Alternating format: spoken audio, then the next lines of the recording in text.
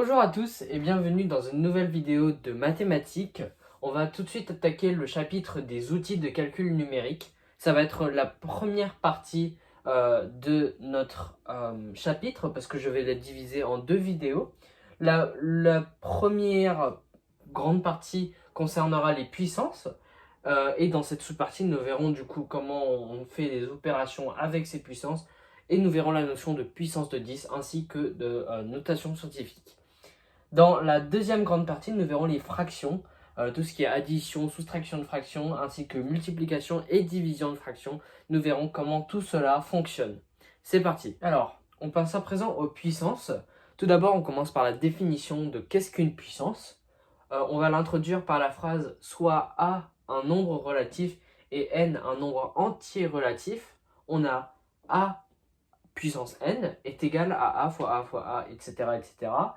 Et en fait, ce que la puissance nous dit, c'est qu'il y a n facteurs qui sont tous égaux à A. Qu'est-ce que ça veut dire? On va prendre un exemple. Par exemple, si je prends 2 puissance de 3, 2 puissance de 3, ça revient à dire 2 fois 2 fois 2. En gros, je viens de mettre 3 fois 2 ici, 3 facteurs, du coup, tous égaux à 2. J'espère que c'était clair. Pour illustrer aussi, quelques remarques avant tout. A puissance de 0, c'est égal à 1, toujours égal à 1, peu importe le nombre, par exemple je mets 3 puissance de 0, ça sera toujours égal à 1. A puissance de 1, ça sera toujours égal à A aussi.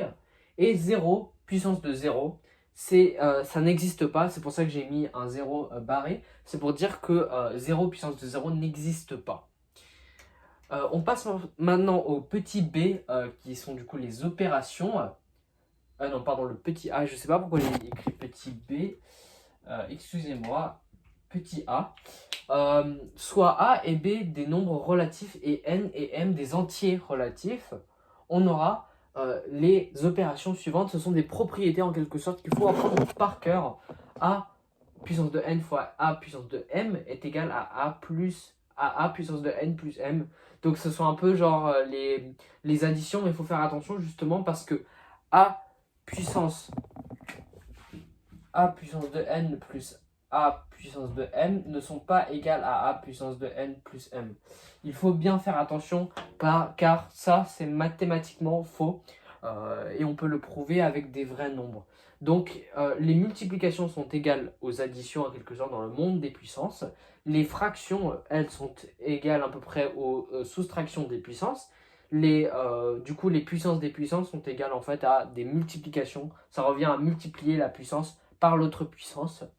Et ici, a fois b exposant de n, c'est du coup, ça revient à faire a puissance de n fois b puissance de n.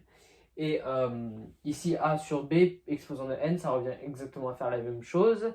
Et ici aussi, a puissance de moins n, du coup, ça revient à faire l'inverse de ce qu'on a fait de notre puissance, donc 1 sur a puissance de n. Alors, maintenant qu'on a vu toutes ces formules et ces opérations, je vais tout simplement faire des exemples pour illustrer mon propos.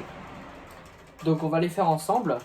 Ça a l'air un peu compliqué au début, mais dès qu'on comprend vraiment les propriétés, ça devrait être assez simple. C'est pour ça qu'il faut les apprendre par cœur.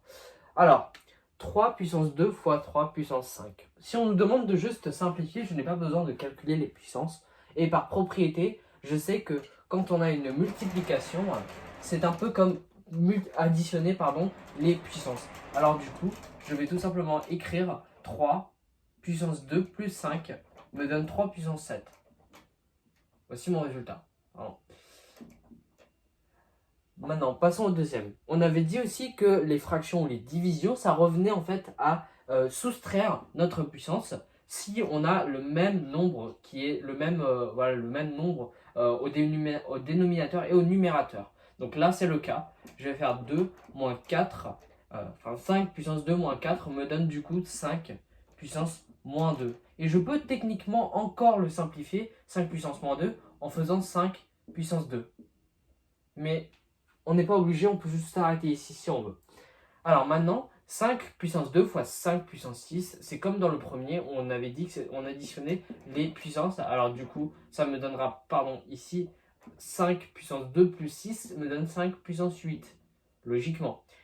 Maintenant ici, bah là du coup c'est toujours la même chose, 5 moins 7 me donne du coup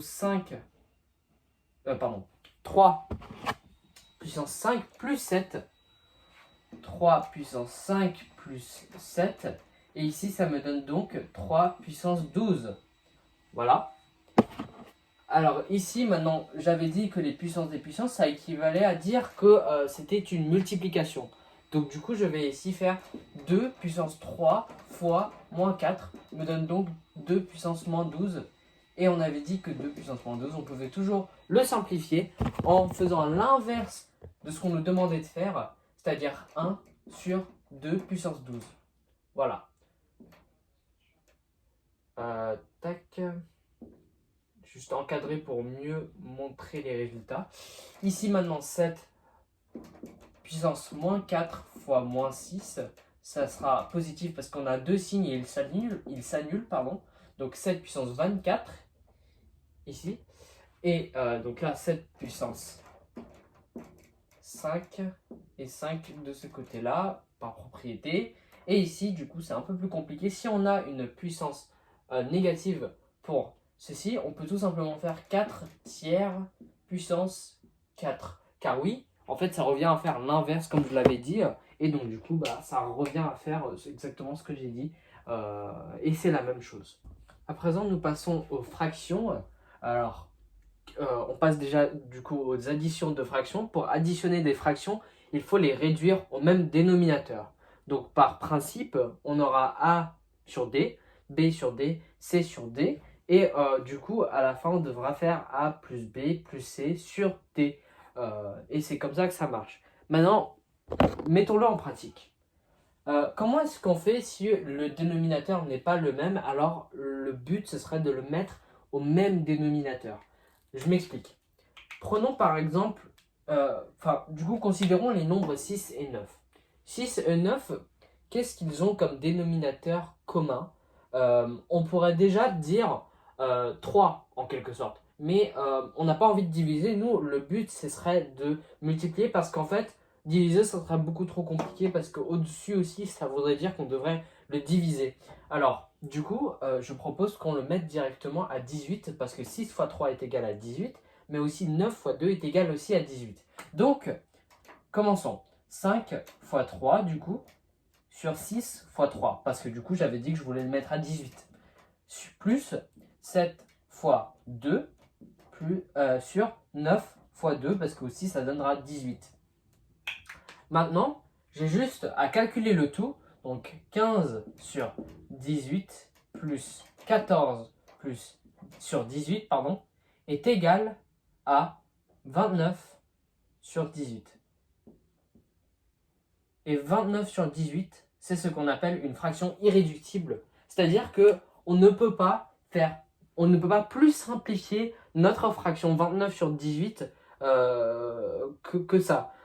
Et c'est ce que vous devrez faire à chaque fois. Si vous avez une fraction, vous assurez que votre résultat est irréductible. Sinon, votre professeur peut vous pénaliser sur ce genre d'opération. À présent, les multiplications de fractions. Pour multiplier des fractions, on multiplie les numérateurs entre eux et les dénominateurs entre eux. C'est assez simple, mais il faut faire attention à ne pas s'embrouiller avec cette propriété-là et celle des additions parce que souvent les gens font l'erreur directement additionner les numérateurs entre eux et les dénominateurs entre eux et du coup avoir un résultat faux, donc c'est-à-dire faire 5 plus 7 et 6 plus 9, ce qui donne 12 15e alors que c'est complètement faux. Donc il faut faire attention à ça. Et en principe, du coup, ça ferait A sur B fois C sur D est égal à A fois C plus sur B fois D, AC BD. Et bien sûr, les dénominateurs ne sont pas égaux à 0. Donc, calculons ça. Avant de déjà juste calculer assez bêtement, je voudrais dire, la stratégie pour obtenir une fraction irréductible, ce serait d'abord de simplifier ou de décomposer tous les grands nombres. C'est-à-dire ici, par exemple, j'ai 5, je vais tout mettre sur la même fraction puisque j'avais dit que c'était la même chose. Et ici, 18, je peux facilement le décomposer. Je peux faire 3 fois 6, mais 3 fois 6, c'est toujours égal à 3 fois 2. Donc, pour l'instant, je ne peux plus le diviser encore plus et ça me va. Donc, ici, 12, bah, logiquement 3 fois 4, mais 3 fois 4, 4, je peux encore le simplifier. Donc, 3 fois 2 fois 2 fois 25, donc 5 fois 5. Et là, je me retrouve avec beaucoup de nombres. Mais ce qui est assez sympa en quelque sorte, c'est qu'on peut déjà enlever des nombres. Les nombres qui peuvent s'enlever sont les nombres qui sont à la fois sur le numérateur et à la fois du côté du dénominateur. C'est-à-dire par exemple 5.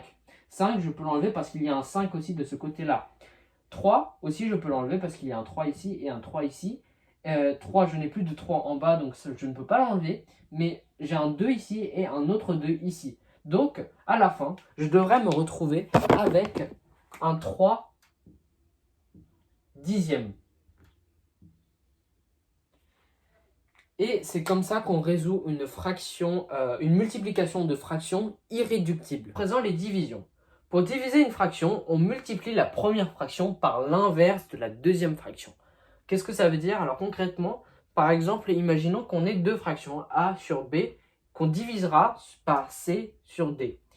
Qu'est-ce que ça veut dire? Eh bien, en fait, ça revient à faire A sur B. Donc A sur B ne change pas, mais c'est seulement C sur D qui va changer. Et on va faire du coup l'inverse, parce que techniquement, une fraction, c'est l'inverse d'une multiplication.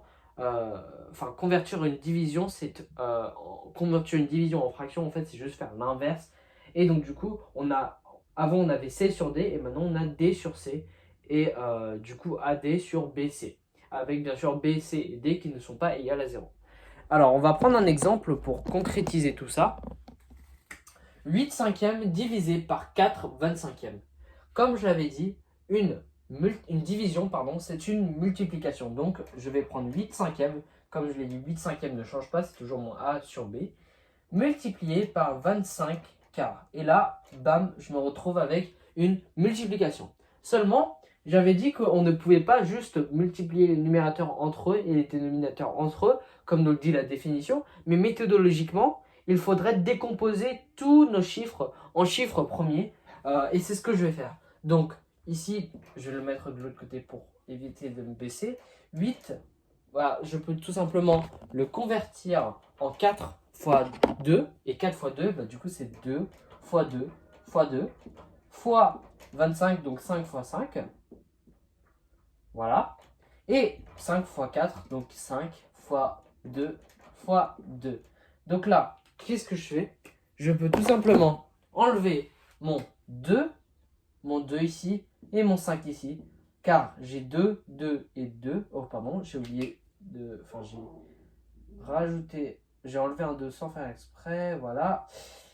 Et mon 5 ici. Donc, en tout, il me reste 2 fois 5 sur 1. Quand on a rien en bas ou en haut, ça revient à faire 1. Et donc du coup, j'ai 10. Je me retrouve avec 10 parce que 10 sur 1, ça me donne tout simplement 10. Et c'est comme ça qu'on résout une division de fractions. C'est la fin de cette première partie de vidéo. Je vous invite à voir la deuxième vidéo sur le sujet, donc les outils numériques en mathématiques. Et je vous vois donc du coup dans la deuxième partie. À tout à l'heure.